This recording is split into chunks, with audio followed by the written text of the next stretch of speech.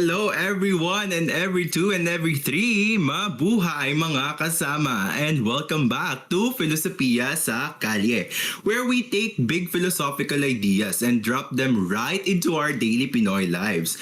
Well, I am your host, Tristan, together with Richter and Riven. Hello guys! Hi everyone. Hello! Hello. And everyone. together, tatawagin tayong Three Kings of Bethlehem. Dahil Yuletide season na, so yun ang ating kumbaga top tema. And of course, today we're diving headfirst into Gilbert Ryle's famous distinction between knowing how and knowing that. So para saan pa nga ba yung podcast flow natin? So yun, saying that knowing how versus knowing why, Ryle in real life Pinoy edition. So before we start, I just want to ask you two. Gusto nyo bang maglaro ng game? Para naman magkaroon tayo ng kasiyahan dito sa podcast, no? Sure naman, anong klaseng laro ba yan? Ayan. So kung down kayo sa game, do you want to play tinatawag nating Anong Say Mo? Do you have any idea about Anong Say Mo? Yan. Not really eh. Paano ba yun? So from the name Not itself, really. Anong Say Mo, you're just going to give your opinion about something, especially a certain situation. But with a twist, we have three perspective here. So yeah, as you can see in the screen, nag-ready na ako ng spin the wheel. So we have this three perspective: sociological, anthropological, and psychological. So, ang twist natin, papaikutin ko yung ruleta, and then kung anong mapatapat sa'yo, so siguro ang order na lang natin is ako, Richter, and Riven. So, halimbawa, ang first ruleta is napunta sa akin is anthropological. Magbibigay ako ng anthropological perspective about that certain situation. And saan nga ba tayo kuha ng situation? Well, yung situation na yun, nanghingi na ako sa mga viewers natin, random viewers. And yes, I see some things. And mamimili na lang tayo dito kung kanino nga ba ang mapipili nating situation. So, are you down for that kind of game? Hey G, let's do it. Okay, let's go. Sige. So, let's dive in. Ang scenario 1 natin ay galing kay Anonymous123. Scenario 1, the nursing student in Tarlac. So, hello po kuya. Okay, so my cousin Liza studies at a nursing school in Tarlac City. Last week, she had her practical exam, inserting an IV line, checking vital signs, administering oral meds. Flawless. Yun daw yung explanation sa kanya ng instructor. Sabi pa daw ng instructor, mas magaling pa daw siya sa mga other registered nurse na nakita nila. Kaso, dumating daw yung theoretical exam. Pagdating daw ng theoretical exam, kuya, sabi, explain the physiological reasons for checking a patient's pulse before administering digoxin. Tapos, yung nursing cousin ko po just froze. She knew exactly how to check the pulse and give the medicine, pero hindi daw niya ma-explain yung scientific background behind that. So, ano pong pwedeng maging explanation about this? So, yan. Punta tayo dito sa ating game. I just want you guys to give our perspective in this one. So, first, ang mapupunta sa akin ay okay, psychological. So, yan, psychological. Next, ano mapupunta kay Richter? Let's see. Okay, which? Sociological. Okay. Well, kay Riven, ang anthropological. So, let's say, ano bang say nyo dun sa situation ni ate kanina? Very common naman siguro, no, na parang nahiya sila bigla or ma-pros sila sa certain situation na ganun. Especially pag may mga pressures and such what. Oo, talaga. Lalo Kasi yung on course na the nakuha spot niya, nursing kasi. din.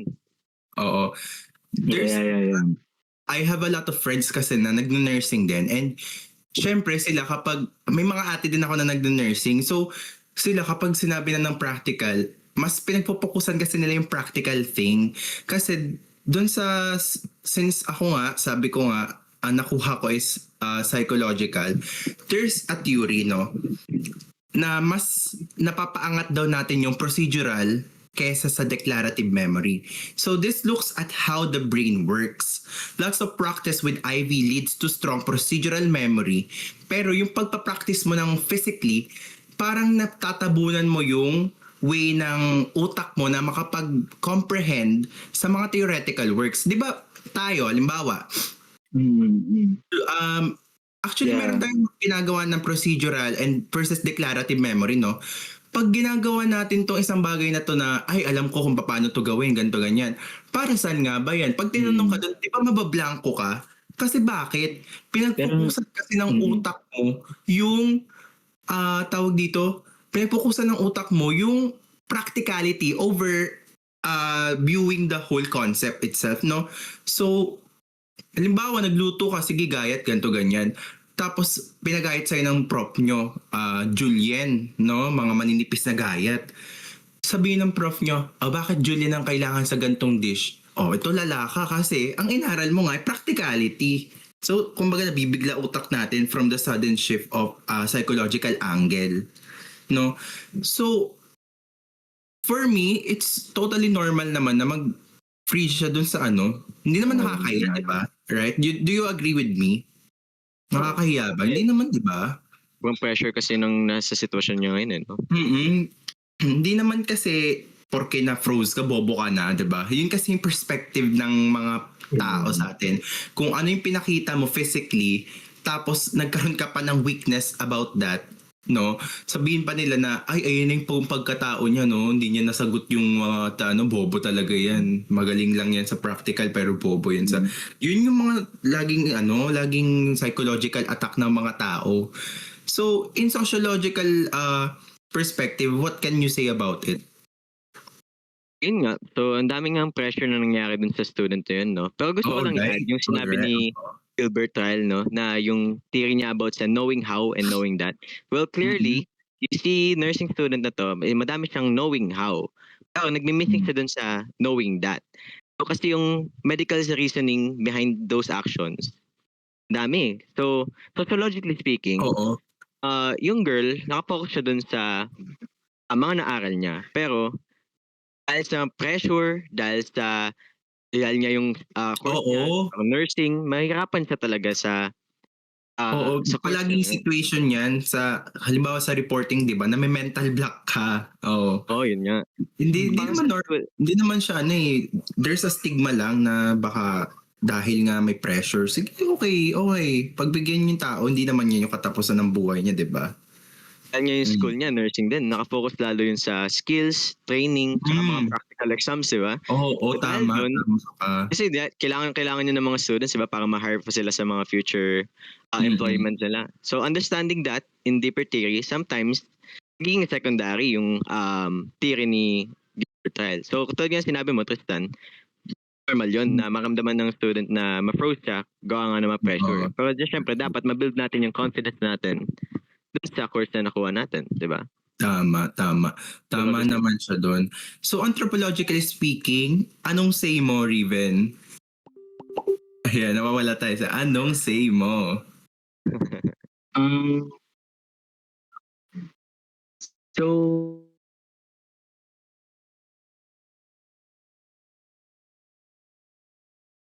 Ayan, medyo parang may technical. Narinig kaya sa recording? Yeah, naririnig naman yata. para sa akin, no, ang hirap nga ng sitwasyon ngayon. Parang alam mo yung way niya, pero hindi mo alam.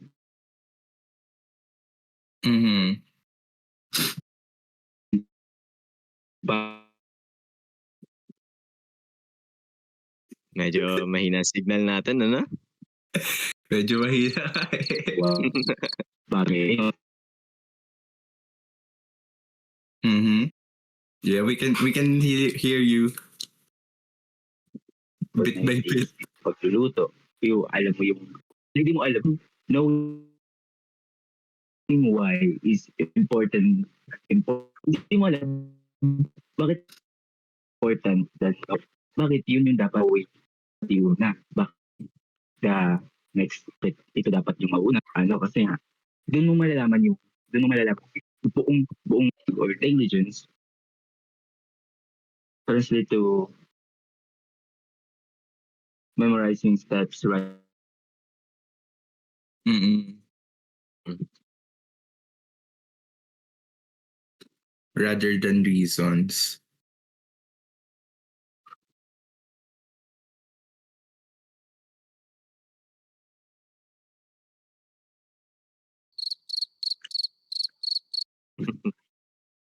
Nawawala yung kasama natin, ano?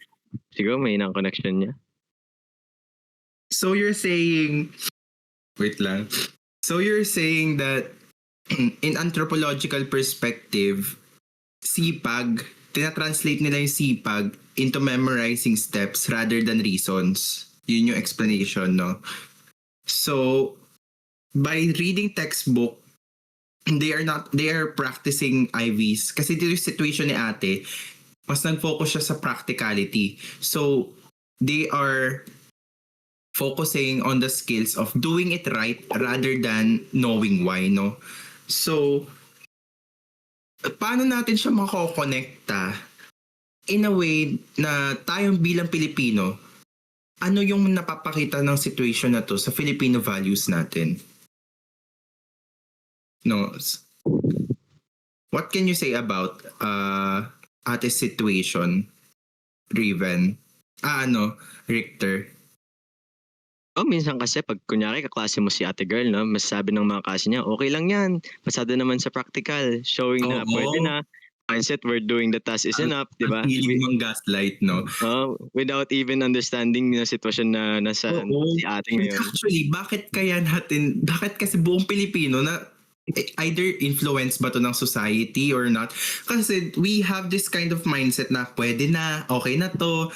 There's a tendency to settle in pwede na or good enough or okay na ito. It's already good enough. Yun yung parang ina-explain natin na in their work, practicality over theory. As long as the Ivy works, student might not feel the need to master the theory. Yun yung situation ni ate. Okay, alam ko na to.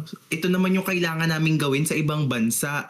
Kasi ito yung demand overseas. So therefore, yung practical training, yung kailangan kong pag-focusan. Kasi ito yung sinasabi ng mga Pilipino na okay na yan, pwede na. Iyan naman yung kailangan sa ibang bansa. Bakit kailangan mo pang aralin? Very risky yun, knowing na gagawin mo yun sa isang tao, no? So, patience siya. Oo. Baka ma-danger yung buhay nun. Dapat Diba? master mo na talaga yung mga skills niya. Oo. Diba? Malay mo, there are some things na bawal pala sa pasyente na to. Sige, tama yung procedural steps mo. Pero thinking na di mo alam by heart yung theory and biochemistry behind that thing. Diba? Before you, kapag there's yung study technique, di ba? Yung Feynman method ba yun? Yung i-explain mo sa sarili mo. Kung hindi mo, there's a saying na kung hindi mo kayang i-explain or kung hindi mo kayang ituro yung lesson na inaral mo, therefore, hindi mo naintindihan yung lesson. Di ba? For example, alam mo yung steps sa calculus, pero pag may nagtanong sa'yo, oy, bakit kinancel to? Ewan ko, kinancel ni ma'am eh. No, hindi ganun yun. Meaning, di mo naintindihan yung lesson. So, ang aking takeaway lang naman dito is that Filipino are always looking on practicality over theory. Fear of wasting time, di ba? There's a fear that studying the theory will take away from practical training time. Kasi, very mahirap talaga. There are studies like according to De La Cruz and Santos noong 2023, yung Philippine nursing, nagpa-prioritize sila ng job-ready skills to meet demand on the overseas Yon, on the overseas. Kasi nga, yung mga nurses dito sa atin, sa sobrang hirap na nga ng buhay, mas pinipili nila magtrabaho overseas. So, para, actually, yung mga Filipino nursing students nga pala dito, yun na yung pinakang idea nila, no? Pati yung schools, sila din nag-encourage na, ay, huwag kayo dito mag-nursing sa ibang bansa na kayo. Kaya, ito ang tinuturo namin sa inyo.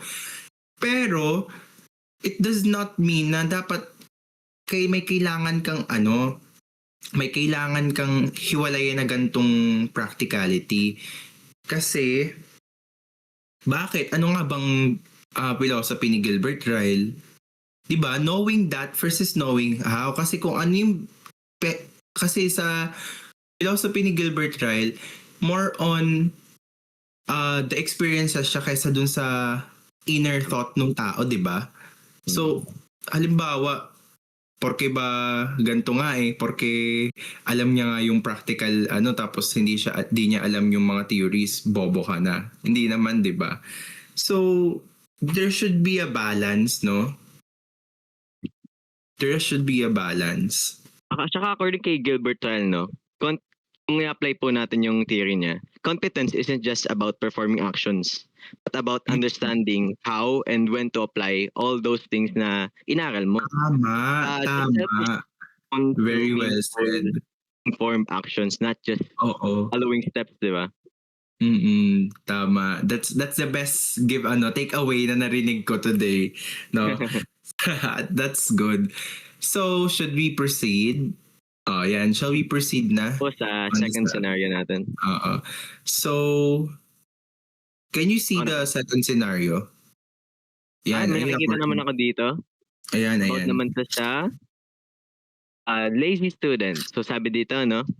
Ayan, lazy Kuya, yung kapatid ko po kasi may kinuwento po sa akin na yung teacher po nila, sinabihan na lazy or tamad yung kaklase niya. So, ang alam ng kapatid ko, may mga sitwasyon na naranasan yung mga klase kong yun. Pero hindi po alam ng teacher yun. Kaya ang naisip ng kapatid ko ay unfair yun. Oh no. Kuya, ano po kaya yung perspective na pwede niyo pong i-share po dito? Okay, anong say mo? Since I think Riven got disconnected, so sige, mag-take dalawa na lang yung perspective mo. Kaya mo na yan, magaling ka naman, no? So, Okay. your first perspective will be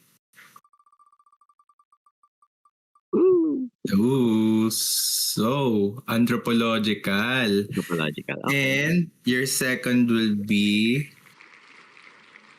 hindi matitira syempre sa akin. Pag yung psychological na naman, ayoko na. Diyos ko, psychological na naman. And ayan, sociological. So may take na lang yun sa akin. Palit tayo.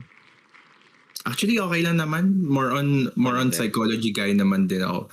So, ayan. Anong say mo sa situation ng random viewer natin? Well, I say, yung brother niya, meron siyang kind heart, no, sa pagkakaroon ng concern para sa mga klase niya. Knowing na may mga sitwasyon silang naranasan. Oo, gulat nga ako kasi sabi ko, wow, may classmate pa na ganito, no? Kasi parang dito kasi sa college, no, parang kanya-kanya na lang ang buhay Kanya na. tayo dito. Oo. Nag-aral ka? Okay, ayoko mag-aral yun. So, ayun nga. Anthropologically speaking, yung mga Filipino culture kasi, ina-emphasize nila yung discipline, respect, authority, lalo na sa academic effort, diba? Talagang in-expect ng mga teachers yon sa students. So, yung students, expected na sila na mag-show ng respect or mag-active sa performance nila. Pero yung pagla-label kasi is kinda unacceptable para sa mga teachers. Nanggagaling sa may mga mataas na authority, diba? So, receiving that negative label from an authority figure or such as the teacher itself can deeply discouraging sa student. It suggested na dapat their best effort, their commitment and dedication to their family are exactly what's holding them back from academic success, diba? Kasi there's always a stigma kasi. There's always a stigma of viewing someone na lazy just because they are underperforming. No, they're not. Kaya madadala yung students dun sa hiya, sa shame, diba? Lalo na pag nilabel sila ng teacher. Tama. So ganun, anthropologically speaking naman. Well, in sociological perspective, how can you say that it is very affected or parang affected ba siya ng sociological domain? Kasi yung society natin nagpa-place siya ng high value tsaka productivity sa performance, 'di ba? Especially sa school natin, alam naman natin 'yan, naranasan Oo, natin 'yan. the scholar ng bayan.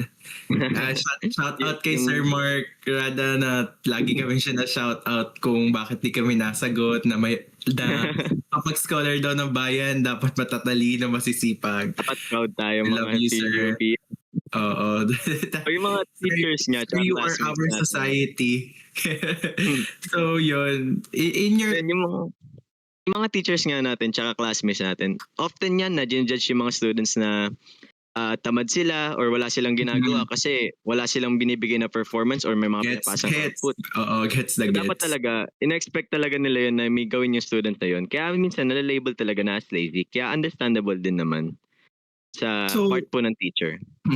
Oo, so psychologically speaking, we can call this as something na associated sa Golem effect. So, ang sinasabi kasi ng Golem effect that they describe how low teacher expectation can negatively impact a student's performance and self-esteem. So, Golem effect. kapag binigyan mo ng from the term itself, golem, parang pag binigyan mo ng malalim na negative view yung isang tao, parang syempre negative yung nila, perspective nila sa sarili nila, and so the other people, no, na ikaw imagine mo ipahiya ka sa gitna ng klase. Syempre ang magiging tingin na sa'yo ng tatatak sa utak ng mga tao sa'yo na ay ano daw yan, ang tawag dito, tamad daw yan. Oo, bobo daw yan, sabi kasi ni sir ganto ganyan. So when a teacher labels a student as lazy, their low expectations can actively degrade the student's motivation and academic outcomes. So for example, a real life example, a teacher who has low expectation for students labeled as lazy may provide less encouragement and support, leading the student to perform poorly, thus reinforcing the teacher's initial perception. So, halimbawa, nasabihan ako ni Sir Jake na ang bobo mo sa programming. Dahil may isang beses lang ako na maling line. Tapos, the next na performance, lalo akong bumaba. So, parang finid ko yung ego, parang finid ko yung perspective ni sir na, talagang bobo ka, okay. Kasi nga, nabigyan na ako ng initial thought na bobo ako. So, bobo ba talaga ako kasi sabi ni sir. So, yung pressure na yun, kinakain niya yung utak ko to the point na nabablock niya na yung other senses ko to work together. Therefore, the teacher commits the fundamental attribution error by blaming the student's character, and rather than considering situational factors.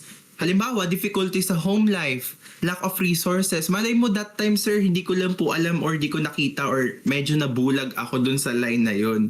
Parang yun yung pinaparating ko na, di ba? Gets mo ba ako? Gets ba? Di ba? Kasi there's a psychological attack.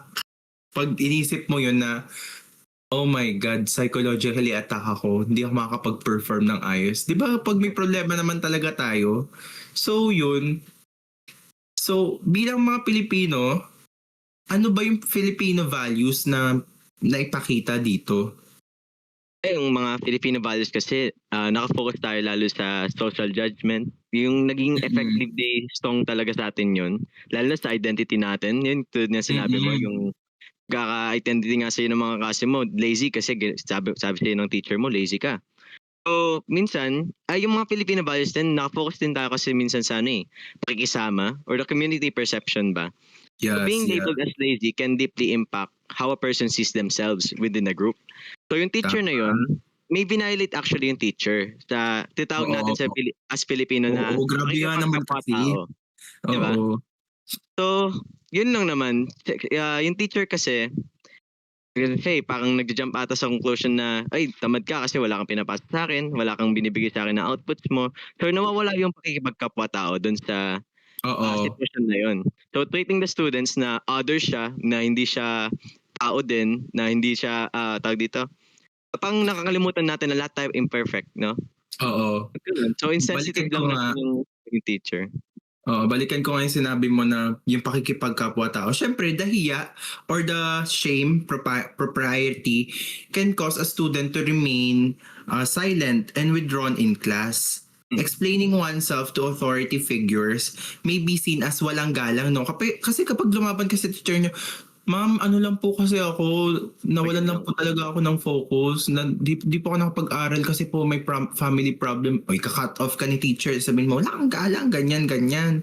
So, the teacher's failure to practice pakiramdam or pagiging sensitive, oh, di ba? It violates kapwa or pakikipagkapwa. Parang ang pakikiramdam at yung pakikipagkapwa, connected yan sa atin bilang Filipino. Dapat marunong kang maging empathetic ka. Yun yung term empathy. Kailangan na natin ng empathy na marunong ka mag-consider ng other factors. Yun naman nauunahan naman talaga lagi tayo ng initial judgment. Actually, knowing how and knowing that, yung flow natin, you should know how to consider one's emotion, and you should knowing that they might be in certain situations na hindi mo pa nararanasan. So we shouldn't be too quick to judge. Lagi naman tayong ganun eh. Sabi mo, no? Mga Pinoy kasi, mga Pinoy. Talagang Pinoy. Pag narinig mo yung Pinoy, napaka-judgmental. First, anong pakita mo? Yan na agad yung pagkatao mo, no? Halimbawa, nagalit ka lang. Ito, isa pang example, nagalit ka. Sasabihin na nila, ay, masama ugali niya, nagagalit. Especially, di ba, gets mo ba ako, pag leader ka, for example, ito, experience ko, pag leader ka, as someone na leader, na nagiging leader pala, never akong nagagalit unless sobra na talaga. And kapag nagalit ako, ang initial thought pa nila sa akin, pag-uusapan nila ako sa klase na ang hirap ko daw maging leader kasi mabilis daw akong magalit. No, nagalit lang ako kasi hindi na kayo nagko-comply sa mga hinihingi kong request at recommendations.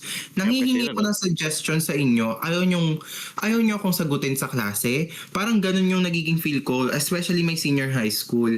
So, since yun nga, based on that initial judgment, naging people pleaser ako. Alam ba yun? Yung to the point na, sige, okay, walang gagawa, okay ako na lang, ilagay ko na lang sa inyo yung ibigay ko na lang yung ganun judgment talaga, no? Diba? Sobrang common na ng judgment na to. That's why Filipinos are one of the most judgmental. No, hindi naman one of the most. Not all of them. So, yes. So, that's it. No, wala naman na nagbibigay ng other scenarios. So, as we wrap things up, today's stories show us that Gilbert Ryle's ideas aren't just abstract philosophy. No? So, whether it's a nursing student who knows how to perform procedures but struggles to explain why, or a student being labeled as lazy, based only on what the teachers can see or what the other people can see, we realize that the self is often judged through visible actions. No, yun naman talaga, through visible actions. Kasi sabi nga ni Gilbert Ryle, ang tao nagfo-focus sa kung ano yung perspective ng ibang tao. So, we judge people, we judge oneself or other self or the self of other people based on what they are showing physically or by experience. Halimbawa, na-experience ko na ikaw pala yung manginginom, no? Halimbawa, manginginom ka tapos nalasing ka. Tapos sa sobrang kulit mong malasing, sabihin ko, ay makulit naman talaga yan si Richard, ganito, ganyan. That's the self is often judged through visible actions. I just want to add din na in a culture like ours that values tiyaga, sipag, and pakikisama, it's important to remember that not all learning and struggles are immediately visible. Sometimes, Tama. look like failures and laziness is actually some dealing with deeper challenges. Ayun, may mga ganun talaga. So, what's your takeaway about this podcast? What can you say? naman, no? Na yung spin the wheel, very well played tayo dito. Oh, very well Kaso played. nawala lang si Raven, no? Kasama Riven. natin. We miss you, Riven. So, Pero na-enjoy ko to. na-enjoy Thank ko you din very sa much for this makikipag-usap sa inyo, no? So, the takeaway is this. Knowing how is important, but knowing why matters just as much. And as Filipinos, empathy and understanding should always be part of how we judge competence and character. We shouldn't be solely judging on the outside, but also checking the inside of some people. Not the inside the inside. So because in the end, the self isn't a label. It's a story told through actions, Story. understanding, and relationships. No, ang ganda ng ending no parang MMK to. So with that, this will be the end of our session. Thank you, Richter and Riven, for joining me on another episode of Filosofia sa Kalye, where our flow is knowing that versus knowing why. Gilbert Riles in Pinoy edition. Yun, sa buhay ng mga Pinoy. So maraming salamat po din sa mga viewers natin na nag-send and nagbigay ng kanilang situations and humihingi po ng perspective sa amin. Maraming salamat for tuning in to Filosofia sa Kalye. Until next time. Bye-bye! See you!